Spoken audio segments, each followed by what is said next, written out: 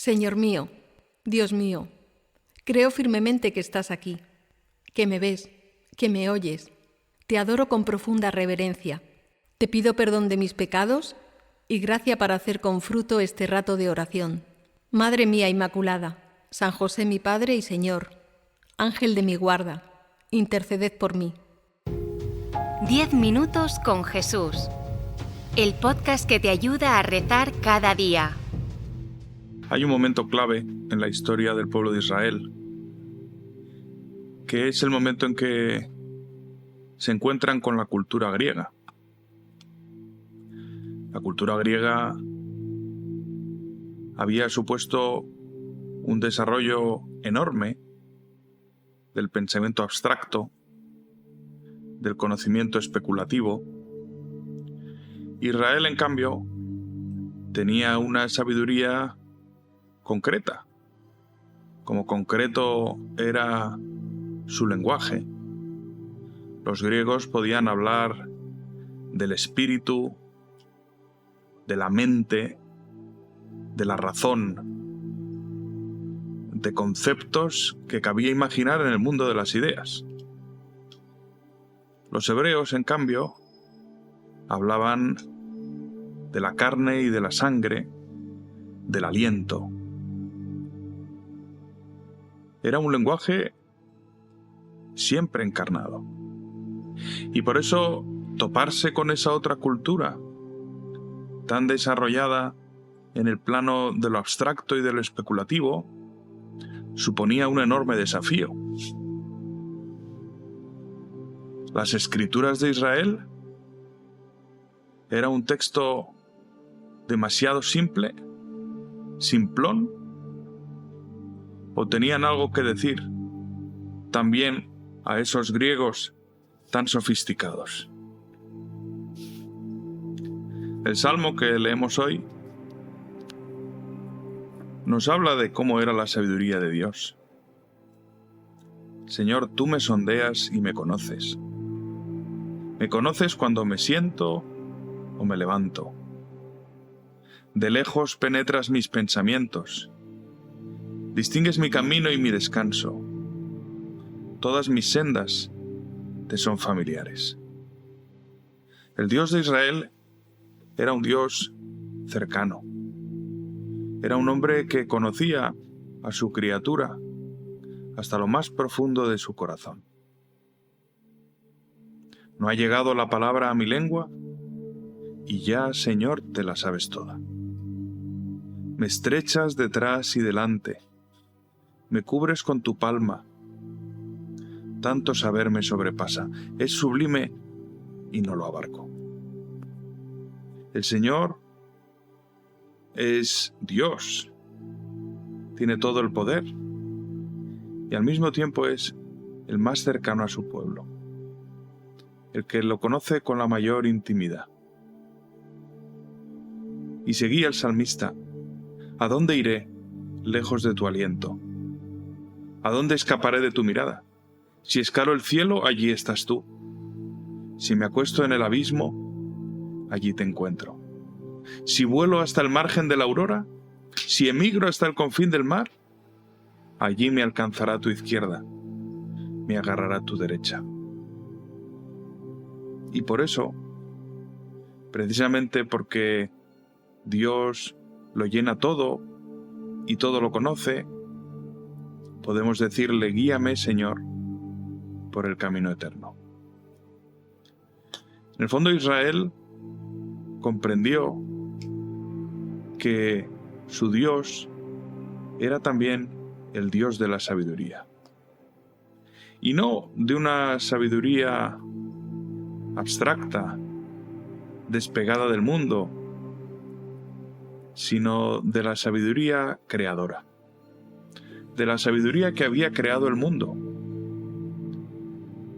Porque Dios había creado el mundo con la palabra. Y decir con la palabra era decir con la inteligencia, con la sabiduría. De aquel contexto de encuentro entre el pensamiento hebreo y el pensamiento griego, surgió o se forjó la reflexión que da lugar al libro de la sabiduría, que hoy empezamos a leer en la Santa Misa y que leeremos algunos fragmentos, no demasiados, en los próximos días. En el fondo, se trata de mostrar cómo la sabiduría, toda sabiduría, es también un don de Dios y es también una realidad divina. Y esa sabiduría que es una realidad divina es también, como vamos a leer hoy, un espíritu amigo de los hombres. El espíritu del Señor, que llena la tierra, que todo lo abarca y conoce cada sonido. Ese espíritu es amigo de los hombres. Y realmente esa es una verdad que debería consolarnos. Saber que el Dios en quien creemos es la sabiduría, que no es contrario al saber, el creer en Dios. No es que uno crea porque no entiende, es que el creer nos introduce en la sabiduría más alta, nos introduce en la región sublime del saber que ha hecho el mundo y que conoce el camino hacia la eternidad. Señor, ¿cuántas culturas y cuántas personas en todas esas culturas han procurado a lo largo de los siglos encontrar la sabiduría? Y a nosotros se nos ha revelado.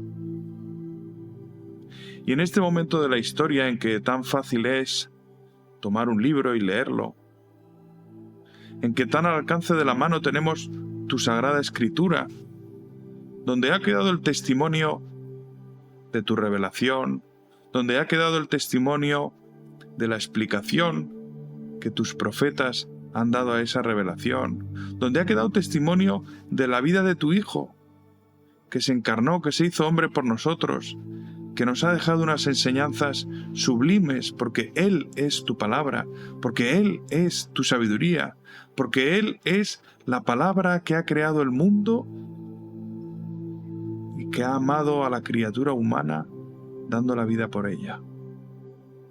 Nunca hemos tenido tan fácil acceder a esa palabra en el testimonio escrito que ha quedado en la Biblia, y de modo muy especial, por ser especialmente explícito, en el Nuevo Testamento. Y sin embargo, ¿cuántas veces tomo la Biblia? ¿Cuánto tiempo dedico al día a detenerme en un pasaje? ¿La he leído alguna vez? ¿Cuántos libros de los que forman la Biblia he leído? ¿Cuántos libros de los que forman el Nuevo Testamento he leído? A veces podría ser tan fácil como decir, voy a leerme el Evangelio de San Mateo, y me lo leo. O el de San Marcos, que es la predicación de San Pedro y es como más sencillo, más descriptivo. O el de San Lucas, que fue escrito para los gentiles, para los que no venían del pueblo de Israel. O el de San Juan, que es el teólogo y el discípulo amado. Señor, cuánta facilidad para entrar por el camino eterno de tu sabiduría, y cuánto tiempo acabo perdiendo. Quizá de este rato puedo sacar el deseo de asomarme un poquito a las páginas de la Escritura, de dedicar un tiempo cada día a leer la Escritura,